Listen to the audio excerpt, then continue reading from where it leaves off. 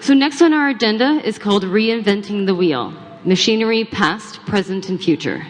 Our speaker is Spencer Myers, a machinery reporter with Glacier Farm Media and the Manitoba Cooperator. Spencer Myers grew up on a beef and grain farm in Belmont, Manitoba, alongside his two sisters and parents, Craig and Connie. He is a graduate of the University of Manitoba Agriculture's Diploma Program and a graduate from the Red River College Creative Communications Program, where he majored in media production and minored in journalism. Adding to his on-farm experience, he has worked as an agronomist in training for Zegger Seeds Inc. in Holland, Manitoba, and as a conservation technician with Ducks Unlimited. Since 2017, Spencer has worked for Glacier Farm Media as a machinery and tech reporter for various Glacier Farm Media publications, including the Manitoba Cooperator, Egg Dealer, and Grain News. Please join me in welcoming Spencer to the stage. How's it going, everybody? I heard someone was crying already, so hopefully that wasn't because of me. Today I'm going to be talking about trends in machinery. I think it could be quite condescending to tell you guys that we once started with the horse and plow, so I won't go there, and hopefully I won't put anyone to sleep, but if you do need to sleep, please don't snore. A little bit about me. Nikki just gave me a great introduction, so everything is just up here to kind of put it on paper, I guess. So I won't go into detail about that, but I did grow up on a farm with my parents, Connie and Craig, who are in attendance. And I also have a little bit of experience operating some heavy machinery and some farm equipment. And since I graduated college, it's been my job to review and test machinery for various Glacier Farm Media productions and publications.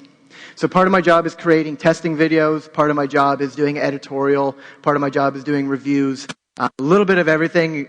Obviously the funnest part is getting to drive and test these things though. These are a little bit of these are some of the farm shows that I've been to over the last few years.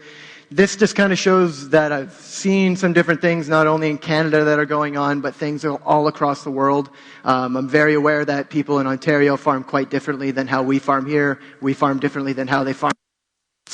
And when we look at machinery innovation, I think that's just something that we always need to keep in mind, that just because you might see another area of the world marketing something or promoting something, it might be really cool, but it might not even be suitable for your operation.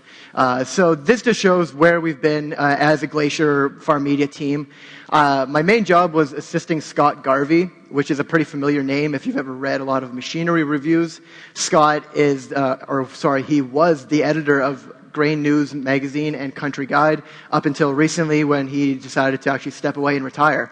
But for the first 2 years of my career, I got to follow Scott essentially all over North America and over to Germany to see how he reports on machinery, what he thinks are important, and a real emphasis on how it affects Canadian producers. So even when we're looking at European machinery, we're always looking at this from a North American viewpoint, specifically a Canadian viewpoint, and trying to sort out what's marketing, what's fact, what's fiction.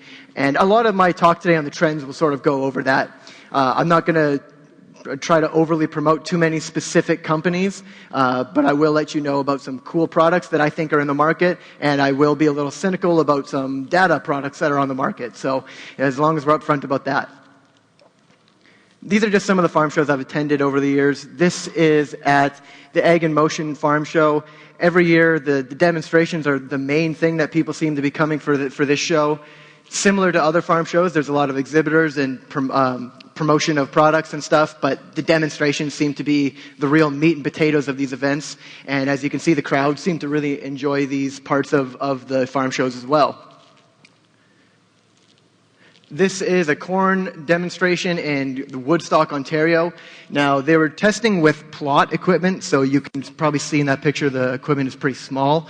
But this is just to show people, how corn equipment works, and you get to see a bunch of different brands and companies side by side. So I know it's a bit of a drive or a bit of a flight, but if you ever get the chance to check out the show in Woodstock, I do recommend it, because it's a great way to see how the eastern farmers in Canada are farming and what equipment they're using. This was one of the photos when I was in Germany, my last trip, and it's not a real incredibly great photo, but I do like it because it is the only photo that John Deere allowed me to take on the trip.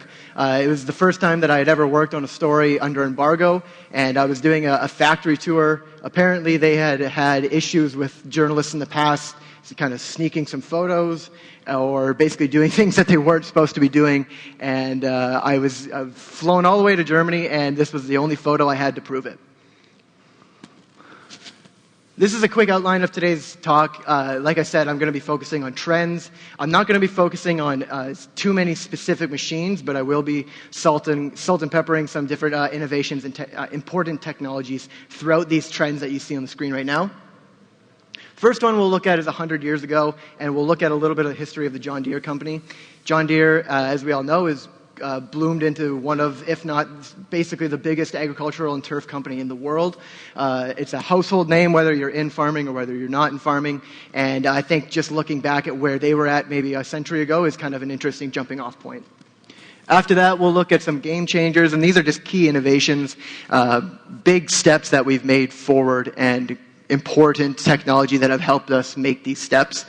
After that, I'll look at fuel of the future, which is just going to break down the obvious problem of energy. And I know eco-friendly is not a term we like to dissect too closely here. I know conservation and climate change only muddies the waters right now in a lot of conversations. So I'm not going to be scaring people with any of that. I will just be addressing what energy sources are out there, as well as some research on ammonia as a fuel source coming from a university in Japan that I'll touch on. Race to automate, again, pretty self-explanatory. I'll be talking about automation, and I'll answer the pretty basic question right now. Do I think robots are going to take over your farm? No. Do I think that they're going to help us do certain things better and quicker? Yes. So I'll dive into that and explain my thoughts on automation. And then we'll round out the show on mid-sized farms and how they impact the trends on machinery. So as I said, we'll look at John Deere's history a little bit.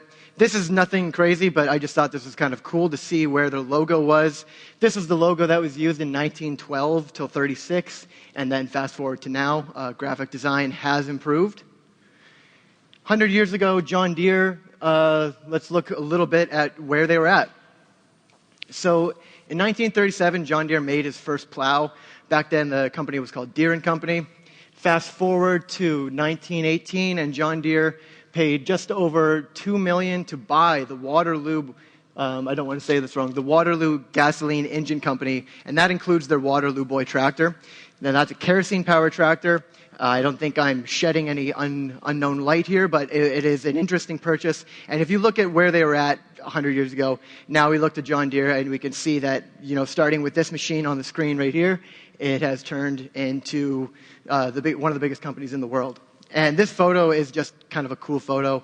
The guy who restored this put a lot of time and effort into it, and he allowed me to share this photo. So now let's dive into game changers. I don't want to go into too much about John Deere because they're not paying me, and I don't want to sound like too much of a spokesman for them.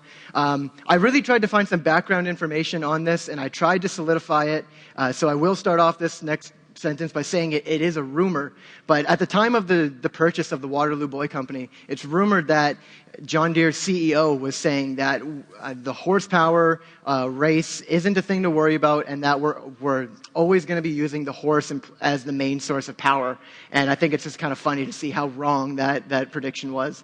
That is just a rumor. I tried my hardest to see if that's a fact, but I'll keep digging and I'll let you know.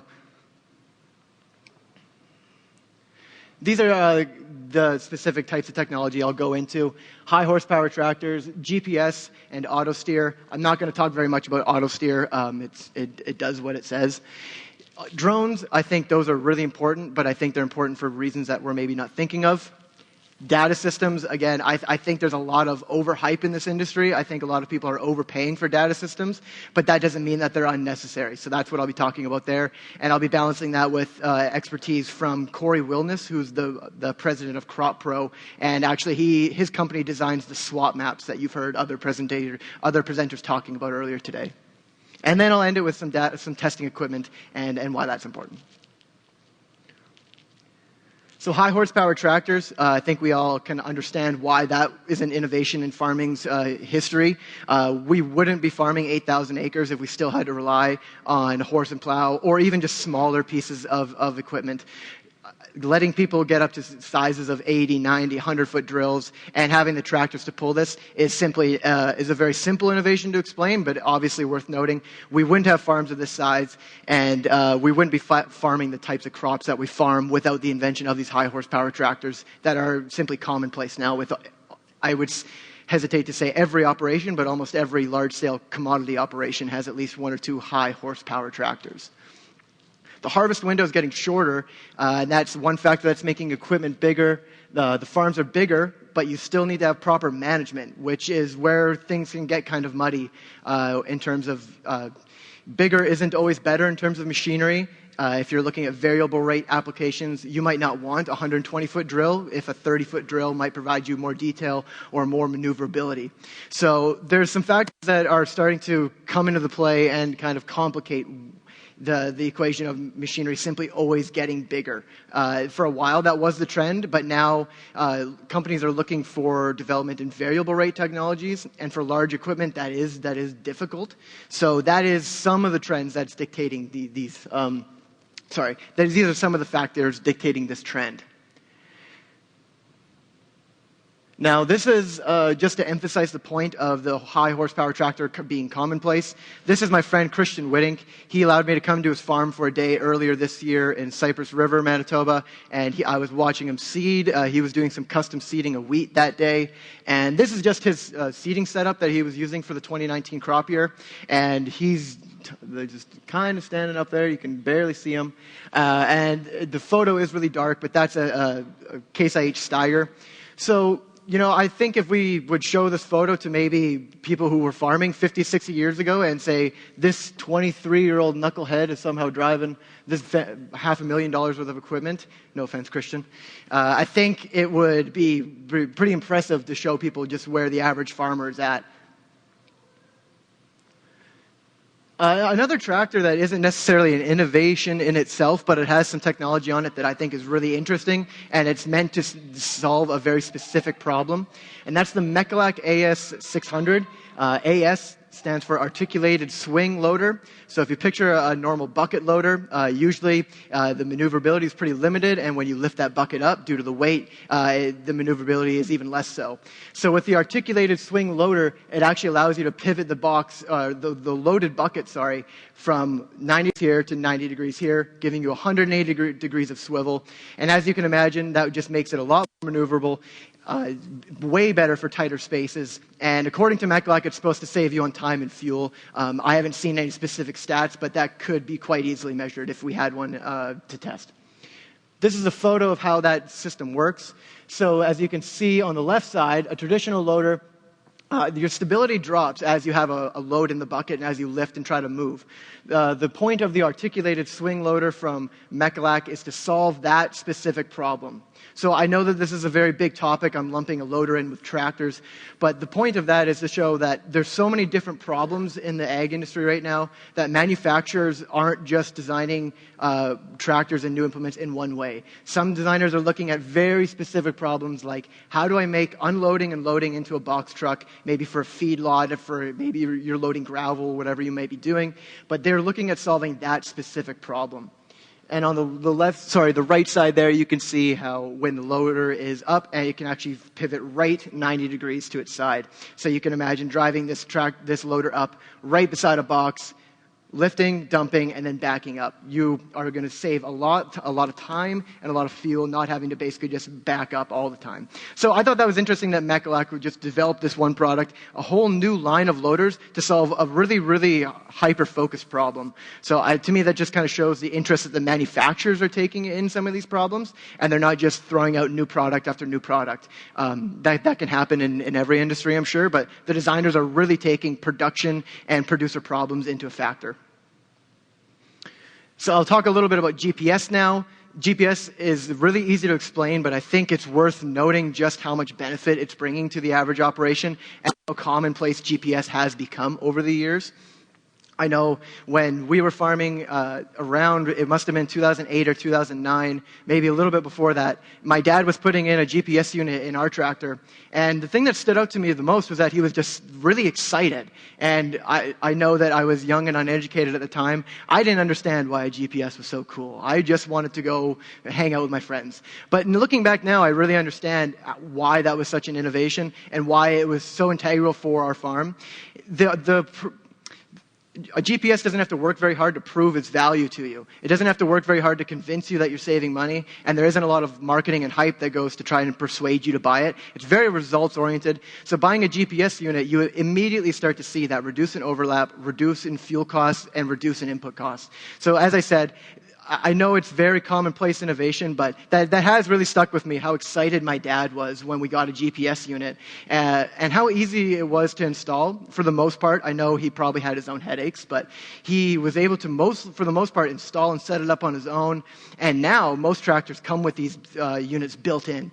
If they're not already built in, then they come with screens where you can add it right in. So GPS has come a long way in the last 10, 12, 15 years, I would say. And I don't need to over-explain it, but I do think it is one of the game-changing innovations, and it doesn't get the hype that AI or automation or robotics or any of these other things get, but I do think it's really important to keep in mind how simple innovations can kind of be the real drivers of efficiency and change.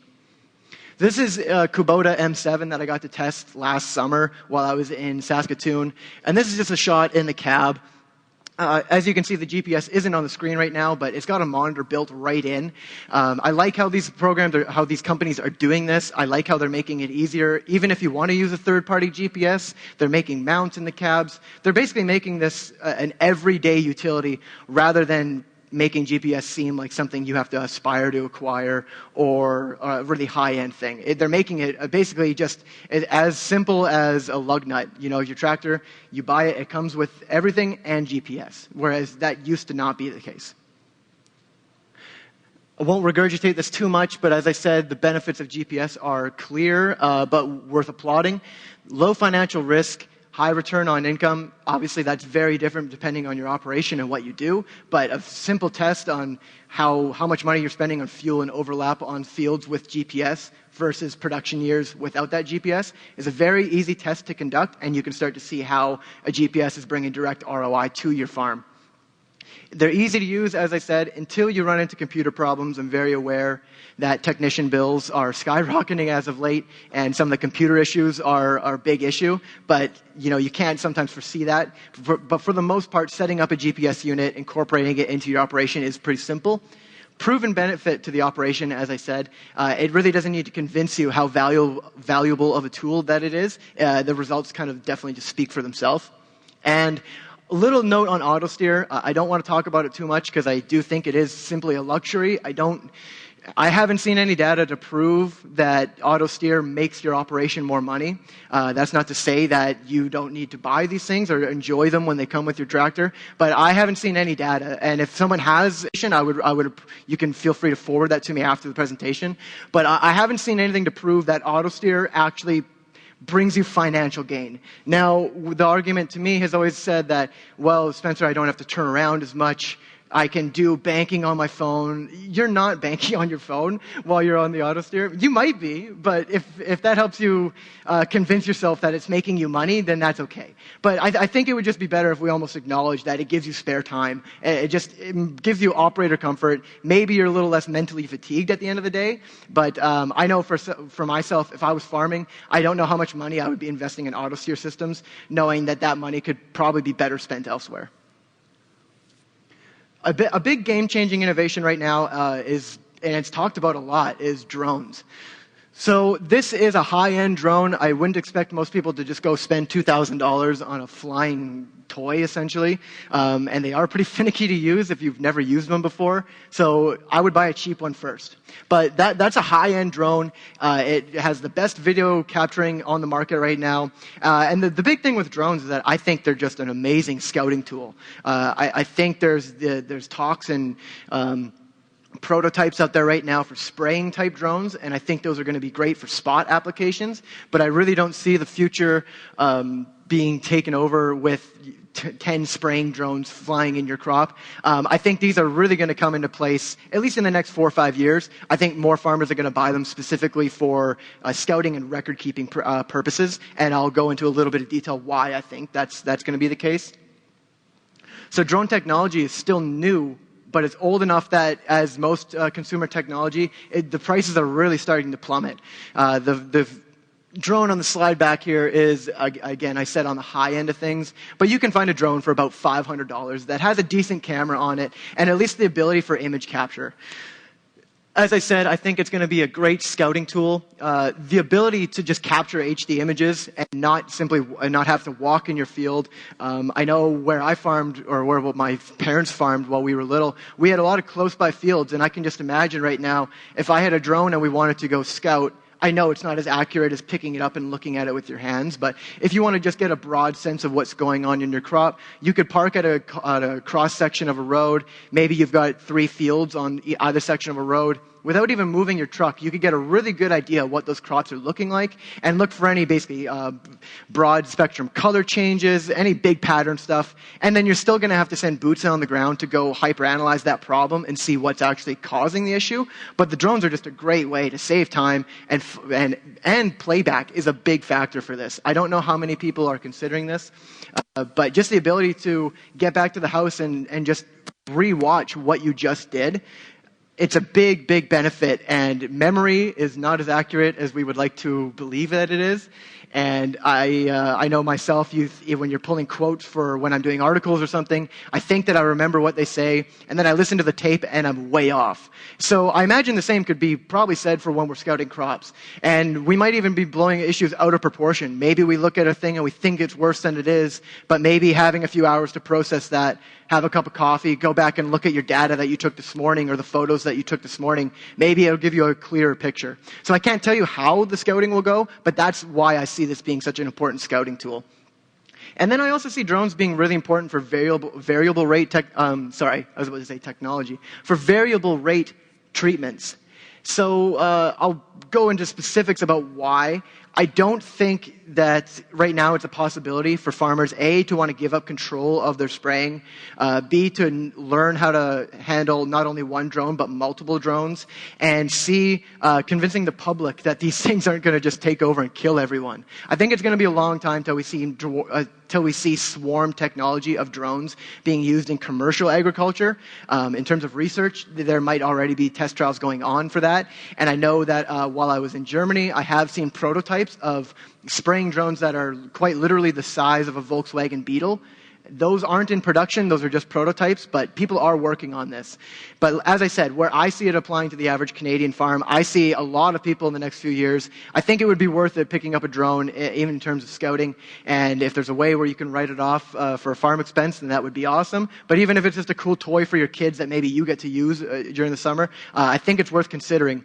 And in terms of variable rate, I think, as I said a little earlier, I think it's going to be great if maybe you're on the side of the road and you see maybe one specific weed or target patch that you need to take out. I'll use water hemp as an example. It's a really noxious weed, and you really need to get it right when it comes up or right when you see it. But you also aren't going to buy enough chemical input to control enough water hemp for all your acres. If you know you only have 3 plants on your 3,000 acres, you could buy a very small amount of chemical or buy chemical and sell it back to the retailer. But the point is, you can mix that very specific amount of chemical for that specific plant, fly in, do a spot treatment, and fly the drone out. In my mind, you're not spending any money on fuel. You need to keep in mind you are spending money on an operator cost because someone still physically has to drive that drone, and you'll have a very, very small chemical cost. But that's where I see drones really, really coming into the picture. And those small, specific spot treatment drones aren't on production models yet, but that's something that I'm really keeping my eye out for. And like I said, I think image capturing and record keeping are the big factors for this one. We'll look a little bit at testing equipment now. We heard a lot of numbers earlier today, and I'm not going to get too much into the details on how the numbers affect your production. I'm just going to be talking about why the technology is important. And I've had the benefit to talk with some experts, both from Pestle Instruments over the last few months, as well as Corey Wilderness from Crop Pro. And they both have great insights as to the equipment that you need versus the equipment that you maybe don't need, and then what that information is doing for us.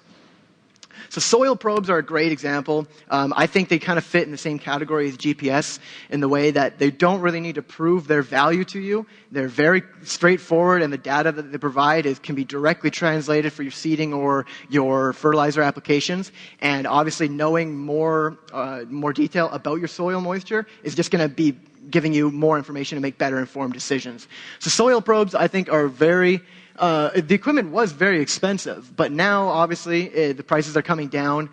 Companies like Pestle and John Deere have a lot of soil equipment, testing equipment. Specifically, one that I have looked at is the Sentech drill and drop probe, and that is from Pestle Instruments. The next, I'll talk a little bit about weather stations and how that works with your soil probe data. So weather stations, we all know how to check the weather, but the great thing now are these hyper-local companies that are essentially creating very remote, very localized weather stations. There's a few different companies that do this, so I don't want to spend too much time on either one. Weather Farm is a major one, and I will say that they are owned by the same company that I work for, Glacier Farm Media.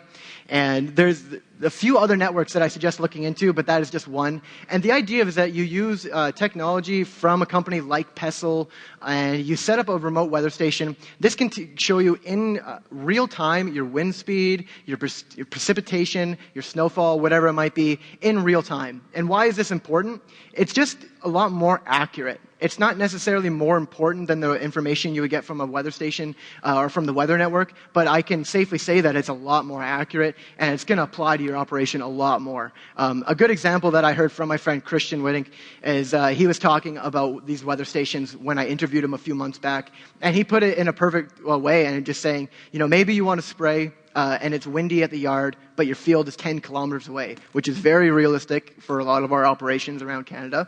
So why would I drive all the way there to see if I can spray? I got to load up, I got to get everything ready, versus if I could just log onto the computer, check that station that's maybe 1 kilometer away, and get a much more accurate reading of the weather than your national or provincial station, which could be a lot further than that 1-2 kilometers away. So that's why I think weather stations are so important. I don't think they're providing any hidden secrets that we didn't have before, but I just think it's a lot more detailed and it's a lot more valuable. The different options for software in terms of your data collection and your testing equipment, I don't want to get into too much detail about, simply because there are so many different companies out there, and they all really do different things dependent on what you need from that consulting company. So I don't want to waste any time telling you a certain software to go for, but some of them that the works are Farmer's Edge, Weather Farm, and the equipment that's coming from these in terms of testing equipment. John Deere has done a lot of work in testing equipment, and I would suggest checking out equipment from Pestle Instruments as well. They have everything from sensors to soil probes to the weather station equipment, as well as information on how to link that information together. As I said, with the soil probes, this was from a day at Kelburn Farm on the left here, which is just outside of Winnipeg. And that's Guy Ash, who is a global product training manager. And it's his job to travel around the world and explain to people how soil probes work and how they benefit your operation when combining with other farm data. So he's very aware that you're not just going to buy a probe and make more money, but he's teaching you how to use these probes, where to sample your soil. That was a lot harder to say than I thought it would be. And also simply why it's important. I think a big question with data right now is that there's a lot being thrown at people, and I don't think people are wrong for asking, why do I need to collect all this? Like, shouldn't I just be farming? I have had people seriously say that to me, and I do agree to a certain point. But people like Guy provide that context as to why that information is important.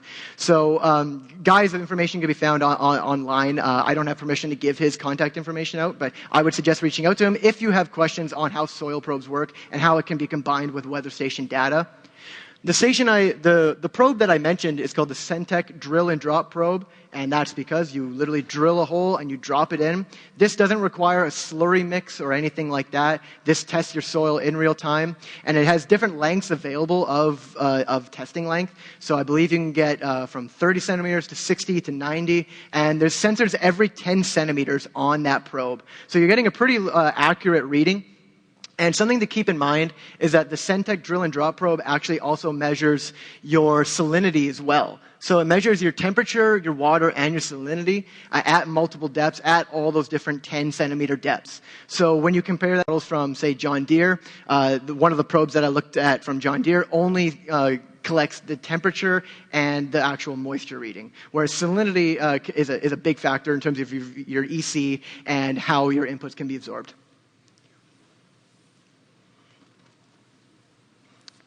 So this is where I do get a little cynical. Data systems and collecting. I don't know where all the hype is coming from in terms of data, because we have been doing this for a long time. We've been collecting yield and production data for most farmers forever.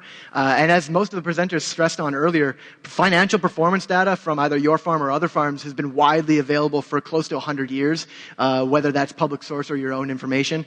So I don't know necessarily that we're collecting any new revolutionary sets of data, but I would say that we're getting better at learning how to use it. And part of that is learning what doesn't necessarily matter. Many farmers have been collecting the data for decades, but I think the important sets of new information are soil maps and the testing equipment that come with that, and then complementing the info that you already know, complementing your yield data, complementing your production data. So that's where I just think soil mapping and soil information is a lot more important than maybe other types of information that are being marketed at you right now. Soil is the first step of crop production, and knowing more about what you're working with is obviously just going to help you make more informed decisions, and it's going to basically just allow you to a big thing here is that I've been hearing from a lot of people is not forcing production. You might think that you've got X amount of plantable acres. That doesn't mean you need to plant X amount of acres. Forcing production that might be harmful to the operation. That simply means that having an accurate SWOT map, for example, some really good zone mapping, might show you that even the best return on a certain piece of land might not offset the cost of producing it, plus the fuel, plus the time. And so looking at your soil as the base layer, I would suggest doing that and then building your database off that. I know I'm not here to tell you what data to collect and what not to collect, but that would be my suggestion, is to not get lost in the hype of all the marketing that's out there for certain products. I think, especially with data, I would be very careful about signing up for products unless you know exactly where that secondhand data is going. And I'm not here to scare you. That's just an issue. Even with cell phones, everything nowadays, I think we want to be aware where your information is going, and I don't know how that would be different in the agricultural sector. So I think that's something that you should keep in mind when you're looking at companies or apps or products to sign up for, to release your production data to. I think going through a registered company like Crop Pro or an actual consulting and agronomy company might be a better option than just simply blindly signing up for an app, but that is totally up to every operation. I'm just here to tell you why I think the information is important. And as I said, I do get a little cynical here, but that's not just my own opinion. I recently sat in on a session called the 10 Myths of Precision Ag, and that was given by Corey Wilness at the Farm Forum event in 2019. That was in Saskatoon just in December. And he gave a really good presentation, and I appreciated his honesty. His company makes money by getting clients to sign up and use data and make production choices with their data. And even he was telling producers to be very careful about who and what they're signing up for, and really thinking about the question why you're collecting the data. Like I said, I don't think there's any right or wrong sets of data that you can be collecting, but I don't think that there's anything wrong with maybe asking yourself or your farming partners or your managers, why are we collecting this? What does it do? I just think it's always good to kind of keep that in the back of your mind. And the takeaway from Corey's presentation, he used his own opinions as an agronomist as well as his working knowledge to dispel these common myths. And he said the takeaway is kind of that each operation decides what information they want to collect, but learning more about that information is the most important part. So that's Corey right there. And this is a quote that I used from an article I recently wrote. So this is Corey's words. He says that, to me, precision ag means better than average farming, making good basic decisions and trying to improve on last year. And then he continued, learning more about your farm, your soil, and your long-term yield data can go a long way. From there, to him, Corey, precision ag means adapting practices like variable rate applications and site-specific management to help with the practices that are already in place. And he made a big point of talking about precision ag, buying new technology or buying a drone or buying a new tractor or combine. It doesn't do anything if you're not already managing your land properly and already trying to put in good management practices. It's just, you got to do first things first before you get caught up in the, oh, what's next? What are we going to do in 10 years? We need to be focused on what's happening now. And that was a big point of what Corey was trying to say. So I know I rambled on a lot about data and game changers a little too long, so we'll keep it moving here. The next section is called Fuel of the Future. These are just going to stress on some important energy and fuel sources and what I think is interesting. This is the New Holland T6 methane powered tractor, and that's a photo from New Holland that they supplied. I've seen that tractor actually a few times. I've seen it at the 2017 farm show in Agritechnica, and that's the farm show in Germany. And it's been at a few other farm shows, but to be quite honest, it hasn't quite taken off yet. I haven't seen a lot of producers talking about actually using it on a commercial farm. It has been researched and tested a lot, but I haven't seen a lot of producers, unfortunately, buying this and adapting it into the everyday fleet. But some of the fuel sources I think are important to mention are electricity, methane, solar, NH3, ammonia, and I'll get into that. I know we're not quite filling up our gas tanks with that. But there is some research coming out of a university in Japan where they're trying to find a way to make this a replacement for gasoline. So I'll touch on that a little bit because I just thought that was pretty cool. And traditional gas and diesel. I don't have a section dedicated to that, but I will just say I don't think traditional gas and diesel are going anywhere soon. I think that we're safe to say, especially in Canada, if you're farming 5,000 acres, you're probably going to need a local co-op membership or some way to get fuel to the farm. I don't think batteries and all these things are going to replace the heavy-duty machinery, but I think they're going to come into the operation in other ways and help us maybe save money and save power that way. So that's where I think electricity and these other things are really going to come in. In the next 10, 15 years, I honestly don't see many farmers buying an all-electric tractor in Canada, especially where my cell phone dies in the winter. What am I going to do if my tractor dies after 2 hours, you know? So this is a little bit about that electric tractor. This is a prototype from Fendt that I saw a few years ago. And this is their E100. The output, as you can see, is already, like, you're just not getting that even 200 horsepower. I wouldn't even classify this as mid-range. I would call this like a yard tractor or a chore tractor. But it is very cool to see Fendt doing this. They're taking large battery power production and seeing if it works with ag and how it'll work. Now, granted, this is a European model, so it is suited for more temperate winters. I don't know if they've fully even tested this in Canadian winters, but just note that this is designed in Europe, so that does go into their decision-making a little bit. So the benefits, as you can see, I've got a huge list here. Lower emissions and renewable energy. That's about it, because this technology is so new, we necessarily don't know all the benefits until we can do more testing. I know that we have information on electric cars and consumer electric vehicles. It's just not the same as agricultural markets and agricultural technology, and we can't measure efficiency in the same ways. So I think we're going to see in the next 10, 15 years if battery technology even makes it to a large scale over here in terms of agriculture and how that's adapted. But right now, there aren't a ton of benefits really maybe making investors in Canada want to develop this technology, whereas other parts of the world, they are more keen on developing this. As I said, some of the drawbacks with this already are battery life. This battery, it says from Fendt that it only lasts 5 hours. And I say only just because I don't know many of us that have a 5-hour workday. And refueling, I know that that's a pain in the butt, but it's also a pretty quick pain in the butt. It's not that big of a deal, honestly. And if you look at the downtime during charging, it actually takes 40 minutes just to recharge this, and you only get to 80%. So if you think about that, you're going to be sitting and waiting for 40 minutes doing you can find something else to do, but that job and that tractor isn't moving for 40 minutes. You're using electricity to charge that, so it isn't necessarily a free renewable energy source. You're paying for your electricity bill. And it just doesn't handle in the cold weather. And at 80% battery, now what happens if you wake up and you think your tractor is at 75% and it dips to minus 35 that night? When you wake up, is your tractor still at that percentage of battery? I would like to see those numbers. So these are some reasons why I don't know how quick electricity is going to be adapted. Just simply because where we live in Canada, in the very cold weather, there aren't enough kind of, I would say, safety nets to deal with this problem yet.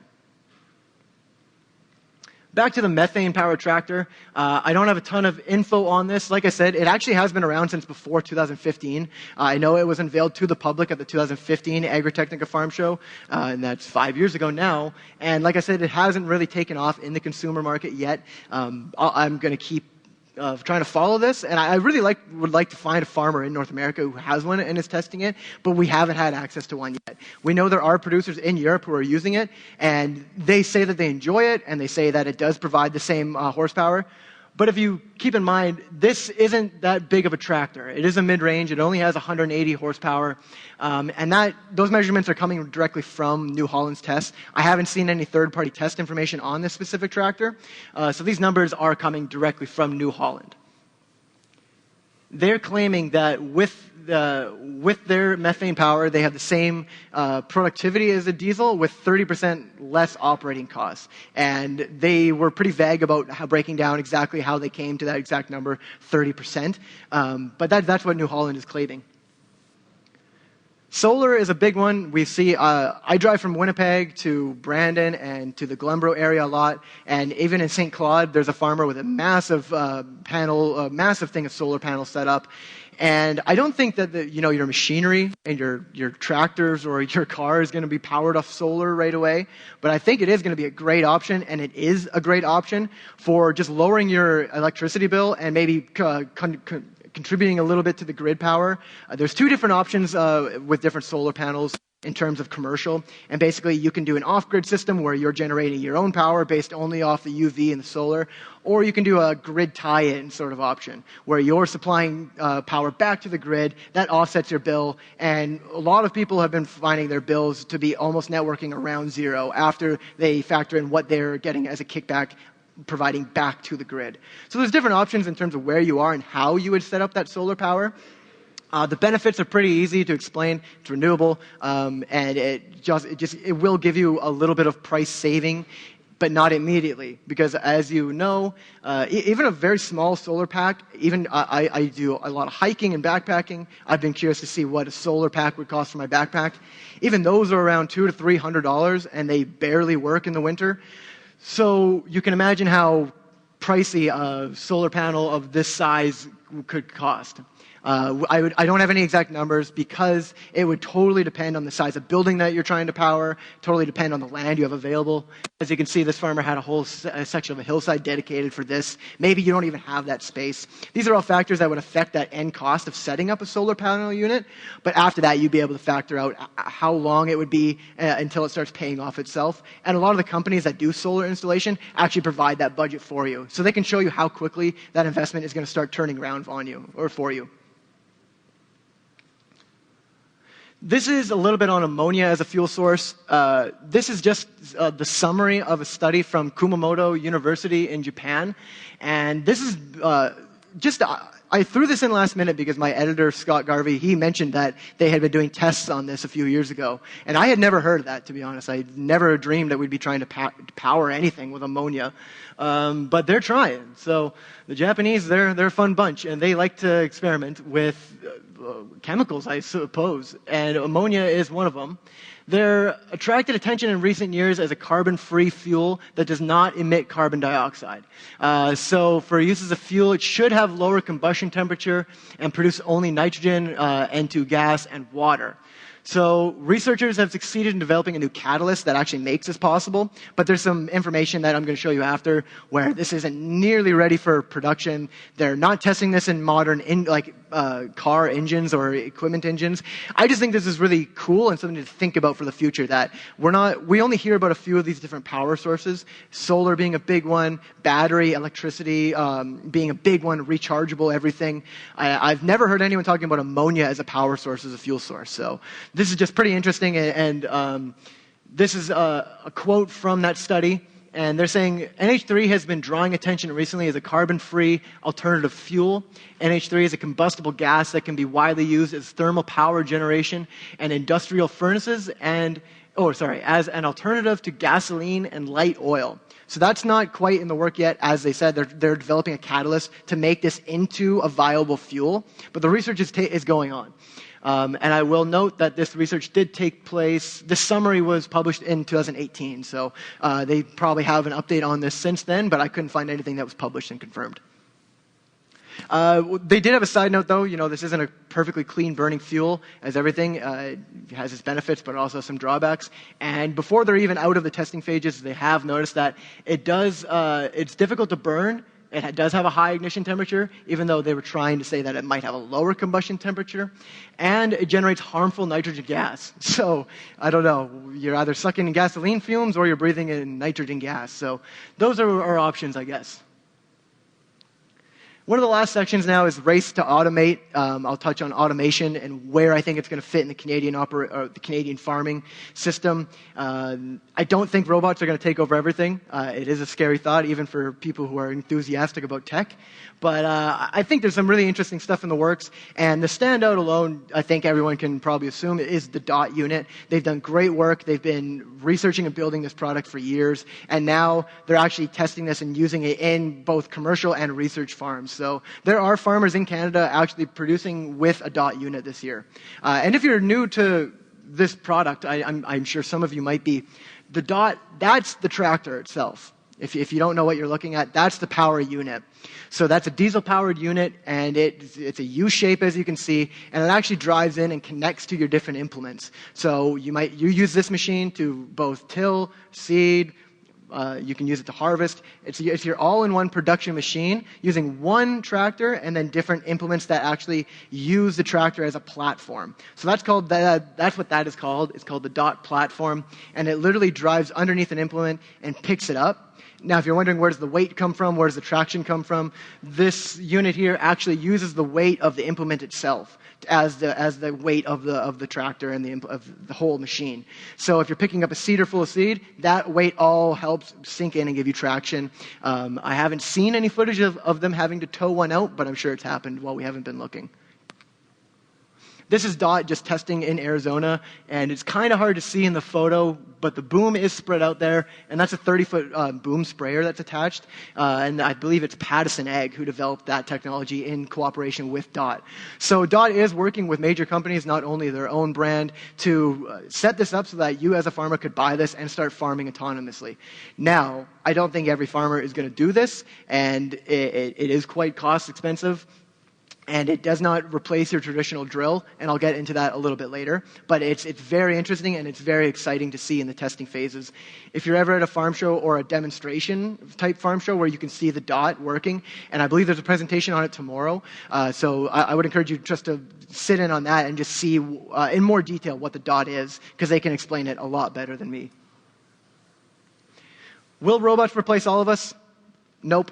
That's my confirmed answer, but if I'm wrong, then hold me to it in 5 or 10 years. That's my guess. I really don't see everyone farming with a DOT unit. It's not practical, but it is cool. And there's really nothing wrong with saying that. A lot of this technology is very cool, but it doesn't fit the average operation. Currently, there's a race going on in automation very similar to designing the modern tractor and the modern car. So to give a bit of context, when they were developing the recent model of a tractor, they did a lot of work, and there was thousands and thousands of different types of designs thrown out into the industry to show you what a potential tractor might look like. Over time, user preference, production, and cost all narrowed it down to, so now we have a pretty basic and pretty uniform tractor design. Every company is allowed or can modify that in any way they want, but when you think of a tractor, you think of a pretty standard thing. When you think of an automobile, you think of a pretty standard thing. Right now, when you think of automation or farm robotics, there's no cookie-cutter representation of what that should look like, or what it's going to look like.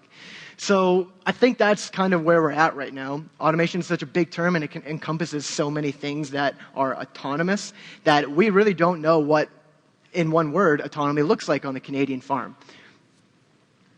Automation or robot technologies will affect very specific parts of farming. That's my prediction, and it already is. If you're looking at maybe the dairy side of things, they already have robots like milking robots, and they actually have it's like a deluxe style Roomba almost, but it's a giant crap sweeper essentially it's programmed to follow a line that's engraved in the floor, and when it senses debris on the floor, it automatically sweeps up. So keeping your barn cleaner, keeping the dairy cows happier, I imagine. But robotics are already taking place and very widely available, but just not on every aspect of the farm. So I think that would be my takeaway, is that robotics are going to be on a lot of farms, but they're not going to be controlling everything, and operators are still going to have the final say on mostly everything.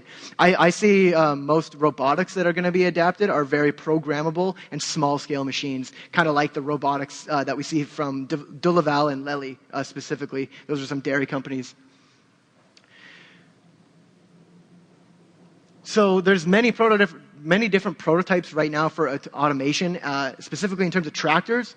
We have the DOT from DOT Technology, which I just showed you a little bit about. We also have the Case IH Magnum, which is a concept tractor that they're working on right now. It's cabless. It looks really weird. It's really cool, but it's only in testing phase. Like I said earlier, the race for trying to figure out what large-scale automation looks like is very much in the works, and I don't think that there is a standard design quite yet. Fendt Xaver, or I'm probably saying that wrong, Xaver, is a cloud-controlled seeding robot. And to demonstrate, they're about the size of my hands here, about this big. So they're about 3 feet wide, and you would have a swarm of these seeding robots. You fill it with whatever seed you want. They have a central hub machine where they would go back and kind of fill up and seed or recharge and fuel. That's where I see maybe robotics coming in, is in small-scale swarm technology. And swarm technology just means connecting a bunch of different individual units to either a cloud or an internet network and then controlling with one central controller. So that basically just means you can be sitting here. If I have 10 different units, I can control from my iPad, see where these 10 units are in the field, how the planting is going, the seeding depth, all that production info, it gets relayed back to me. That's where I think automation is more so going, rather than every farmer buying a massive machine. The farmers who are buying these big production robots and these big production machines like the DOT, they're buying from a research perspective. So this is a producer we interviewed from Kandahar, Saskatchewan. He joked that it's the good Kandahar, not the other Kandahar that you think of. So just Dustin Burns, he actually has an engineering background, and why that matters is he wasn't looking at this as to how is this going to make my farm money. I know that is the bottom line for most decisions on the farm, or I shouldn't say most, but for a lot of decisions on the farm. That was not what he was focused on at all. He was focused on, how does this fit in my average Canadian operation? Does it fit? And how will this work in correlation with my standard drill and operator? So he wasn't looking at this as a replacement for his whole fleet. He really did buy this in terms of research and development. I will note he is working with Seedmaster, sharing his production data so that Seedmaster can get a better idea of how the DOT is performing in real planting conditions rather than in their test phases. But Dustin had some pretty interesting feedback to say, and he said that he bought this from an engineering standpoint, from a research perspective, and even after farming with it for a year, he doesn't yet see a day where he's going to be farming fully autonomously. He said he's had great successes this year with it. He's had some unforeseen problems, obviously, but even a guy who owns a unit and has spent the money buying one of these machines isn't yet convinced that this autonomous type of large-scale farming is going to take over. So I think that's just some food for thought if you're thinking about or maybe getting overwhelmed with some of the choice out there in terms of automation or wondering what that means. I think just a good take-home is that even the farmers who are buying these things aren't fully sold on it. They're buying it basically to see how it works. He said, I don't think that it'll be all or nothing, and by that he's referring to it won't be all automation. He said, what I see on our farm is parts of it we will be running our autonomous equipment, his DOT, but that might change in the future. And then he said, we'll also have an operator in the same area running a manual drill. So that operator also will act as a supervisor, as maybe a mission control if he sees anything going wrong, or can relay. That way you have someone that in the immediate area that can fix these things or fix a problem, or or maybe hit the safety shutoff. These are big, large-scale farming machinery, obviously, so we can't just be sending these things out in the field. And Dustin does address that problem by saying, a good way to do that is by having a second operator out there and also acting as that supervisor. So yeah, like I said, takeaway from that, guy who he has spent the money and bought a dot unit, he's still in the testing phases and figuring out how it fits. This is my last section, and I'll wrap up pretty quick. This is just talking about the mid-sized farm and our impact on machinery trends. So I've talked a lot today about different types of machinery and why that's kind of affecting it, but now I'll talk about what's pushing those trends. And there it is. The mid-sized farm represents a major portion of the Canadian farm, and I know mid-sized is a pretty muddy definition. Mid-sized could mean 2,000 acres. It could mean 150 dairy cattle. I know that the metric isn't quite there to measure it, but these types of average-sized farms are the ones that drive the majority of farm purchasing power, and therefore they drive a lot of the trends in the machinery world. The dealers are seeing more demand for mid-sized, and I say 200 horsepower, I'm using maybe like a commercial grain farm as an example for that mid-sized range. But when I talk to dealers, they're seeing a demand for more used equipment and more smaller equipment. And I know that might contradict what I said at the beginning of my presentation, saying that machinery is getting bigger and farms are getting bigger. That's all true at the same time. And that's part of what makes these problems so complex, is that from a developer standpoint, the average piece of machinery is getting bigger, but problems are getting smaller in terms of we're getting more detailed into what problems we want to solve. And some of that is kind of forcing developers to almost go backwards and look at how can we make smaller machinery better rather than just simply making everything bigger and trying to think that that equals more efficiency. So what's causing this? As I said, what's driving this demand to the dealers? Why are the dealers telling me that they get this demand from farmers? And that's a lot of it is the high machinery prices. And I know I might be stepping on some toes because I'm at a machinery show, but prices don't really encourage a lot of people to buy. Right now, some equipment, to be honest, can be labeled quite inefficient. And an example of that is what happens if you have a piece of machinery that's only 2 or 3 years old and the electronics need completely rebooted? What if your tractor itself functions but your computer fries? There's a lot of iron sitting on the prairies right now that's considered obsolete, or very lightly used machinery that's basically just going to be ripped into scrap metal. A big problem with that is the electronics. The tractor itself is lasting, but the way that they've set up the computers and the control systems so that the mechanical applications of the tractor rely on the electronical components. So the why that is an issue, if the electricity goes, a lot of your mechanics don't work anymore.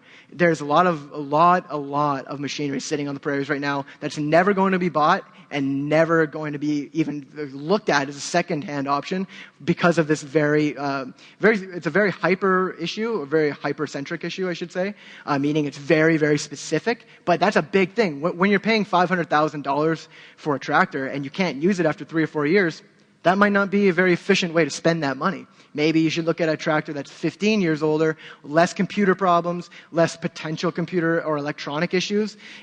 You might be having more mechanical bills, but maybe you'll be saving money in other ways. So that's where farmers are starting to kind of reevaluate. If I need a new tractor, maybe I've got this amount of capital or this amount of money to spend on it. Maybe new isn't the best option, or maybe big isn't the best option. And that's what I keep hearing from dealers. Cover crop tillage is a big thing that's coming in now. Cover crops are becoming more and more popular. And why does that matter in terms of machinery?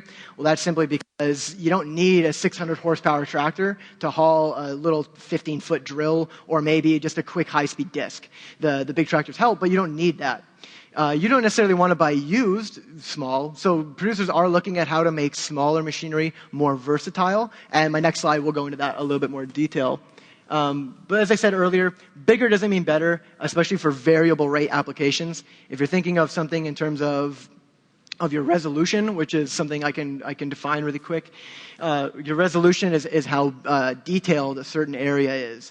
So if you're looking at something that's 120 foot and you're trying to manage it, you can imagine that your drill that's maybe 30 foot is going to have a lot more passes in that field. The more passes means technically more detail, allowing for more control and less of a blanket application. As I said, cover crop tillage doesn't require these large tractors. These are some of the things that are dictating machinery trends in the mid-sized farming category. I know I couldn't touch on everything, but these are some of the impacts. And an example of that, companies designing something new, but in that mid horsepower range, is actually this JCB Fast Track.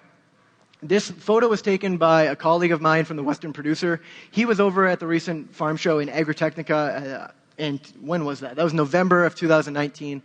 And this was one of the standouts that he saw. And you might be looking at that and just think, okay, it's a tractor and it's a sprayer. And that's kind of what's cool about it. It's a small tractor and it's a self-propelled sprayer all in one. So this is a JCB Fast Track 4610. This is fitted with a 30-foot sprayer from Daman. So this tractor has been designed to hold weight, as you can see, on the front and the back, even though it's a pretty small tractor. How they've done that, they've made the wheelbase a lot heavier, a lot sturdier, and basically just really beefed up the frame, knowing that while this is a small machine, you have a lot of options with this machine. You can attach a mower to the front. There's PTO front and back. And as you can see, they've got a reservoir on the front and a sprayer on the back. So now, as I said, you've got a certain budget for your machinery. You don't need to necessarily buy a brand new massive sprayer if you're only going to be maybe spraying small areas. Maybe you're looking at small areas or test plots or really small-scale custom applications. Something like this would be a good investment, as you can do everything on your farm and you have options to customize in the future. So this is the last slide. I mentioned a term earlier that I think is just important in terms of precision ag and in terms of when you're thinking of machinery size and your mapping quality. And that's resolution. I had never heard of this term before, actually, until probably 4 or 5 months ago. I was doing research for a project, and one of my interviewees said he was talking about his tractor and the resolution on the map. And I said, oh, like a photo? And he said, yes, very similar. So an example, the resolution, if you're looking at a loose definition, is the amount of equally sized parts in a determined area of space. So let's use an acre or a field as an example.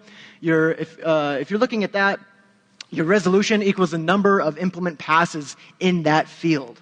So a 30-foot drill is going to have a lot more individual passes than a 120-foot drill. Therefore, the drill or the piece of machinery with more passes is more resolution. That doesn't necessarily mean good or bad. It just means more detail in terms of your mapping.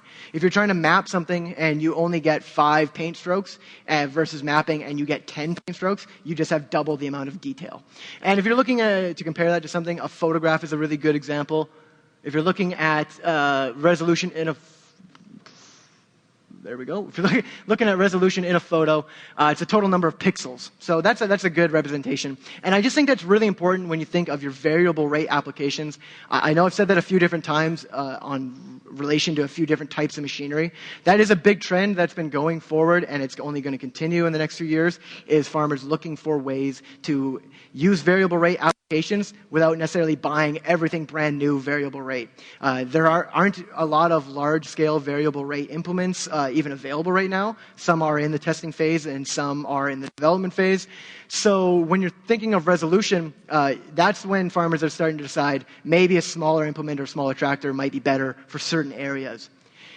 And the example there is, again, as I've said, I keep using a 30-foot drill, but it's just something easy to picture. Your drill with a 30-foot is going to be better than a drill with an 80-foot for certain types of applications.